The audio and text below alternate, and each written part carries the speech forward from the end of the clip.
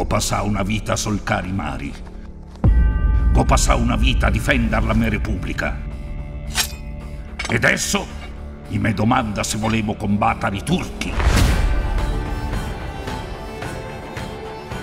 Non si può far de manco.